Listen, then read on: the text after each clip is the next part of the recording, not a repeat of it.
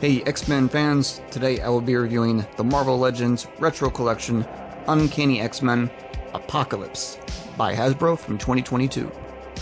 I got this off Amazon in November of 2023 for $39.99. The original retail price was $38.99. Time to open it up.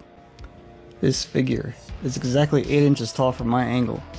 The articulation is as follows: leg, upwards, outwards, upper thigh, double jointed in the knee, which does go very far back.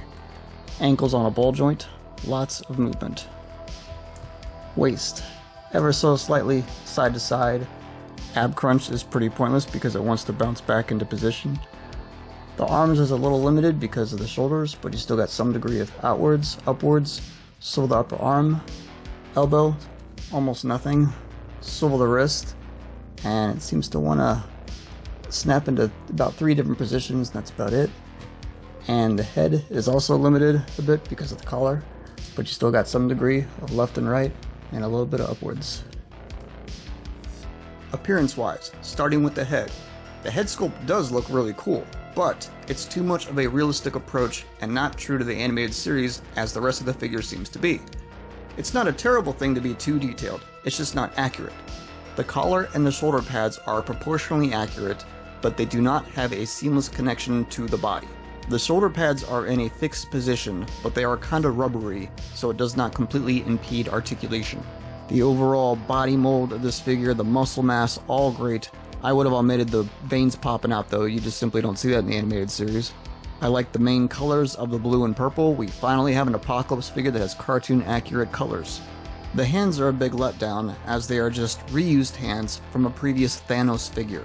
To the die-hard fans, these will have to be colored or even customized. The boots look like a chunky mess. They're detailed, they're just not well-rounded or polished. And the arch in the heels look so profound it's almost feminine.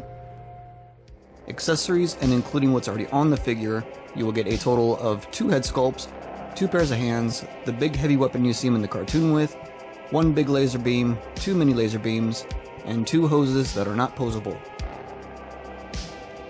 The weapon that he comes with is pretty cool and accurate to the cartoon.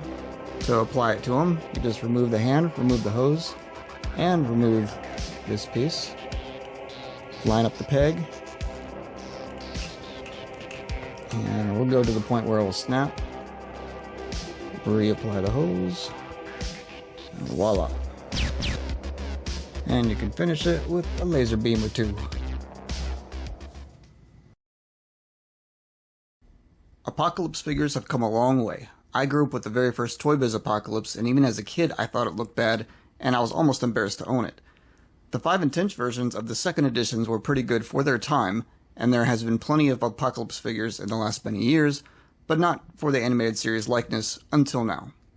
This version may not be perfect, but I am hopeful the next rendition will be if they can iron out the flaws, and with X-Men 97 out now, maybe we'll get lucky eventually, one way or another.